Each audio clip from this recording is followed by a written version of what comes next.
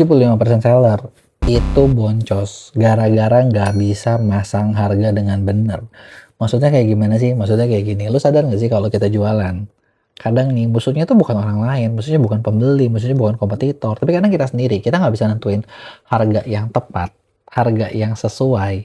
Makanya pembelinya kabur, atau ya kalau nggak lu kalah sama kompetitor. Biasanya kalau di brand-brand gede buat bikin harga, mereka tuh pertimbangannya banyak, ahlinya banyak. Nah kalau kayak di UMKM, ya kan kagak ada ahlinya, bener nggak? Ahlinya adalah yang punyanya.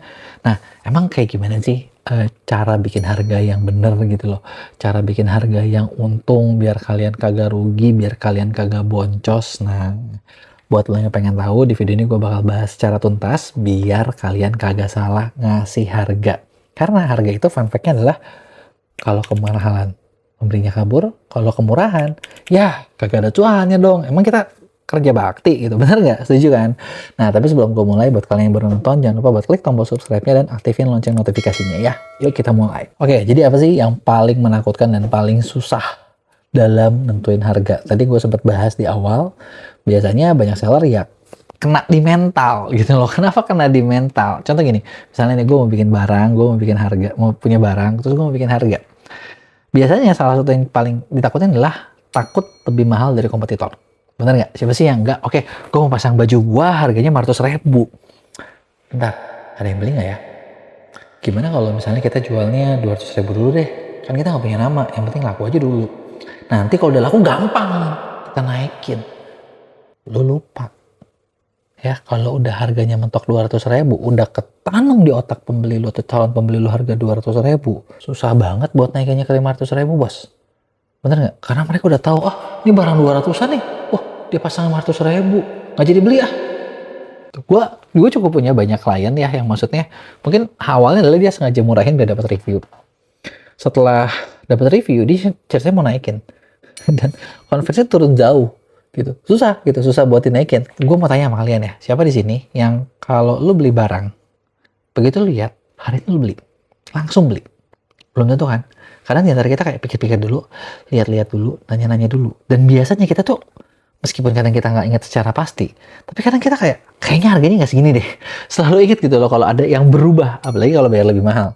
Bener nggak? Biasanya kan banyak orang seperti itu. Makanya ketika di awal murah terus begitu dinaikin, orang ngerasa ini. Kecuali kalau lu justru lebih bagus kayak dari awal agak tinggi terus begitu diturunin. Sebenarnya gini, gue cukup suka strategi pricingnya dari banyak brand-brand ini loh, brand-brand sport internasional. Contoh kayak Adidas, Nike dan lain sebagainya. Kalau kalian perhatiin, mereka selalu buka harga tuh tinggi, gitu kan.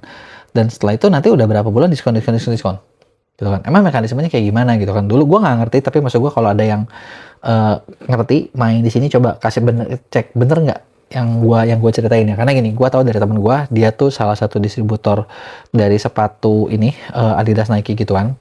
Yang orangnya dia bilang biasanya memang kalau distributor itu diundang, misalnya kayak oke, dia mau nge-launching Januari nih, berapa bulan sebelumnya itu diundang, nanti ngelihat nih semua ini semua yang bakal di launching, semua lini, semua ini bakal launching, ditanyain lu mau order berapa, barang mana yang mau order, jumlahnya berapa gitu. Karena kenalan gue bukan pemain besar, jadi yang cuman ya mungkin kecil-kecilan, jadi biasanya gede-gede, wah ordernya banyak-banyak gitu kan. Nah kalau dia biasa ordernya lebih dikit gitu, karena begitu harga barang itu masuk, kayak ada aturan kayak 2 minggu pertama atau berapa lama tuh nggak boleh diskon, ya kan. Apalagi kalau yang gede-gede nggak mungkin diskon deh. Nah kalau kayak di toko-toko kayak dia kasih diskon duluan gitu kan, di diskon duluan gitu kan. Biar apa? Karena targetnya dia adalah barang dia habis sebelum yang besar ngediskon. Karena misalnya gini, dia harga misalnya katakanlah retail price-nya 1 juta gitu ya. Nah, ya kan semua 1 juta tuh di awal tuh punya kesempatan sama. Udah gitu nanti seminggu atau 2 minggu kalau belum keluar dia diskon langsung 10%, 15%, 20% gitu. Karena kalau yang gede biasanya retailer besar udah punya hitungan. Misalnya kayak setelah sekian lama, katakanlah 2 bulan dia bakal diskon 20. Nanti udah 20, 40, 60 dan lain sebagainya. Gitu kan. Dan itu real diskon dari sananya katanya sih cuma 40% kalau nggak salah ya. Makanya gue nggak tahu bener apa enggak. Gitu kan. Ini kan cuma cerita. Nah, dari situ jadi kalau misalnya si retailer besar ngasih diskon yang jauh lebih besar, berarti memang mereka rugi. Tapi kan mereka udah untung di awal. Gitu kan. Nah, strategi pricingnya itu seperti itu. Gitu. Efektif nggak? Yang gue lihat ya brandnya besar, bener nggak? Dan itu pun strategi itu pun bisa jadi untuk barang-barang yang laku keras gitu ya, itu nggak perlu didiskon, udah habis duluan. Viral, habis duluan sebelum diskon gitu. Itu harapannya dari para si brand-brand tadi. Dan kalau udah habis gimana ya, mereka mungkin bahkan nggak akan nyetak karena nunggu session berikutnya gitu ya, seperti itu. Kalau yang gede itu kayak gitu biasanya. Nah kalau yang kecil, nah gimana nih? Nah kalau yang kecil ya menurut gue sebenarnya lo bisa ikutin, bikinlah agak tinggi, nanti lo bikin flash sale, jangan lo bikin dari bawah nanti lo naikin, karena itu biasanya gagal. Nah berikutnya, biasanya kesalahan kedua yang banyak dilakuin para seller ketika bikin harga adalah, masalahnya adalah mereka kebanyakan kejebak perang harga. Perang harga tuh gimana? Misalnya gini, oke gue bikin baju putih, baju bahannya seperti ini, gue lihat orang lain siapa lagi yang jual ya. Dan suka insecure kalau misalnya ada yang jual lebih murah, nanti pengen dibanting-bantingin. Gitu kan, banyak banget kan seller-seller yang ngeluh kayak, aduh kalau jual di sini perang harga lah, jual di sini perang harga lah, jual di situ perang harga lah. Sebenarnya pertanyaan gue ya, emang lu jual di mana yang nggak perang harga? Kayaknya kagak ada deh. Dimanapun lu jual di bumi gitu ya kan, nggak ada barang yang bener cuma satu doang. Bener nggak? Lu bikin baju di offline juga pasti tetangga lu ada yang punya. Kalaupun ditanya, aduh jangan jaga harga ya, kayaknya ya memang pasti ada aja yang pengen lebih cepat ceritanya ngejual lebih murah. Tapi ketika lu perang harga, yang lu perlu ingat adalah perang harga itu nggak akan bikin lu kaya, tapi perang harga itu adalah bikin bisnis lu cepet capek. Gitu. Jadi kalau menurut gue adalah jangan perang harga. Jangan kejebak sama yang namanya perang harga. Ini bener-bener jebakan banget nih. Ini bikin bisnis lu nggak kemana-mana. Terus gimana kalau gitu cara ngelawannya? Cara dengan ngelawan perang harga adalah jangan ikutan. Jangan ikutan, jangan mulai, bikinlah sesuatu yang beda. Nah ini yang agak susah kalau lu reseller. Nah reseller udah agak berat tuh. Kalau reseller lo harus bisa bikin value yang lain. Gitu ya. Karena fun fact-nya adalah lo harus tahu kalau yang namanya manusia ternyata kalau menurut penelitian itu tuh apa ya? Kalau ngomongin harga mahal atau harga tuh nggak ada yang mahal atau yang murah. Tapi tergantung lagi jual ke siapa, butuh apa enggak, dan yang ditawarin sama lo sesuai sama value-nya dia apa enggak. Punya nggak duitnya? Gitu loh. Karena gini, lo ngomong misalnya katakanlah harga 1 miliar mahal gitu ya, tapi ada orang yang mungkin beli barang harganya miliaran, ya memang dia kebanyakan duit aja gitu, bener nggak? Ada pasarnya gitu kan. Nah maka dari itu kita masuk ke poin ketiga. Ketika lo mau bikin harga, lo harus bener-bener tahu siapa sih market yang bakal beli. Makanya kalau misalnya lo perhatiin video-video gue selalu sharing tentang kalau mau jualan jangan mulai dari barang. Oke, gue punya barang ini, gue jual ke siapa ya? Tapi justru mulailah dari gue kira-kira mau ngejual ke market siapa? Kebutuhannya mereka apa? Itu lebih gampang. Nyari barang buat orang itu lebih gampang daripada nyari orang buat barang. Maksudnya gini, misalnya gue punya kemeja, harganya 500.000. Gitu ya. Jual ke siapa ya? Bener nggak? Di situ kan gue harus mulai bikin nih. Oh, mulai memperkirakan orang yang bisa beli baju 500.000, nggak mungkin dong gajinya misalnya cuma 3 juta gitu ya. Karena kalau gajinya 3 juta berat nih. Masa 1/6 gaji buat satu baju doang gitu kan. Mungkin gajinya harus berapa nih? Misalnya gue udah mikir tuh, berarti kan 5 juta cukup nggak ya? Atau 10 juta cukup nggak ya? Atau jangan 5 juta juga cukup. Kan orang sekarang sih pengen kelihatan gaya misalnya. Pengen kelihatan keren misalnya. Ya kan, di situ kan kita berpikir tuh, bener nggak? Nah, udah gitu kerjaannya kira-kira apa ya? Orangnya kira-kira di mana ya? Nah, lo di sinilah ini yang namanya bikin buyer persona. Gitu kan, mencari kira-kira siapa. Nah, udah gitu lo tanyain, lo cari nih orang-orang yang kayak gitu, lo kira-kira mau beli nggak baju ini? Ternyata salah, lo bikin lagi. Di situ kan, bener nggak? Dan mencari pola itu susah. Lebih gampang kalau memang lo punya dulu marketnya siapa.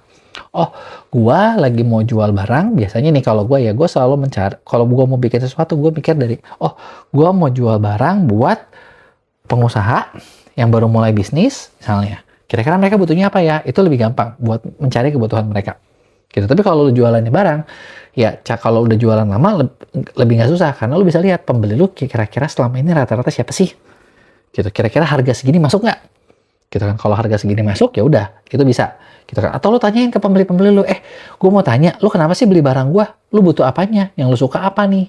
Nah, ketika lu tanya sama mereka yang mereka suka apa, kita jadi lebih kebayang dan kita tahu kira-kira mau bikin barang seperti apa buat kedepannya. Dan terus sambil ditanya, menurut lu barang segini idealnya harga berapa sih? Nah, dari situ juga lu bisa dapat patokan. Harga lu cocok nggak sih? Kemurahan nggak? Kemahalan nggak? Atau menurut mereka harganya udah pantas, sesuai kualitas nggak? Gitu kan. Nah, karena yang namanya orang itu yang dilihat adalah value-nya. Ini contoh gini, lu ngerasa kayak contoh gini, kita misalnya katakanlah gue mau jual baju ya, harga bajunya 1 juta. Mahal nggak? Ya tergantung gitu kan. Kalau misalnya Katakanlah baju gua ini pernah dipakai misalnya sama artis Korea. Dan gue jual ke pecinta artis Korea. Barang 1 juta. Meskipun bekas, makin diburu. Bener nggak? Mungkin bisa laku lebih mahal kalau ternyata pernah dipakai di konser tertentu. Misalnya kayak gitu. Jadi, itu dia tadi. Kalau lo mau jual, lo harus tahu kira-kira ke siapa. Dan kenapa mereka pengen beli. Gitu kan. Harga berapa yang mereka pengen dapat. Gitu kan. Nah, disitulah. Gitu. Jangan sampai salah. Karena gini. Contoh. Jual barang 500.000. Mahal apa murah? Tergantung kan. Kalau misalnya buat orang yang gaji 10 juta biasa aja. Buat yang gaji 100 juta murah banget. Gitu kan. Buat yang ininya 1 juta, gajinya 3 juta, wah ini kemahalan nih, nggak masuk nih gitu kan. Tergantung lagi mau jual ke siapa. Gitu kan. Dan dalam nentuin harga, jangan juga dikit-dikit diskon. Kenapa? Karena kalau pembeli lu udah pakai diskon, itu repot. Barang lu kagak bakalan dibeli kalau kagak di diskonnya. Diskon kan sebenarnya tujuannya bagus ya. Biar mempercepat orang ngambil keputusan. Tapi kalau misalnya diskon terus, capek juga. Karena ya itu dia tadi gitu kan. Kalau nggak diskon nggak dibeli. Bener nggak? Yang ujung-ujungnya, jadi kayak lu udah bikin barang, lakunya baru tahun depan. Gitu kan. Nah itu nggak enak juga. Jadi jangan kebiasaan diskon. Gitu ya. Tergantung kecuali ya lu mau punya market seperti apa. Jadi ngeriset market, ini dia nih yang paling penting. Gitu kan. Nah, makanya gue tahu ngeriset market itu paling penting, paling susah. Makanya buat bantuin kalian, gue punya satu program namanya konsultan pendampingan ordal. Di situ kita udah siapin tim yang dilatih buat bener-bener ngeriset market lo seperti apa, kebutuhannya kayak gimana, apa yang perlu dilakuin buat marketnya gede, dan lain sebagainya. Rata-rata setiap klien yang kerja sama kita nih, itu dibantu dirisetin, dibuatin action plan, kalian bisa kerjain sendiri, kita buat target bersama, dan biasanya 80% klien itu bisa nyampe target yang mereka kejar. Yang artinya apa? Dapat pertumbuhannya. Makanya buat kalian yang suka bingung kayak, nentuin harga berapa? Ini kayak gimana? Gue udah bersaing belum sih? Value gue udah bagus belum sih? Gimana cara bikin bisnis gue lebih laku? Lu bisa kerja sama bareng sama kita di Ordal.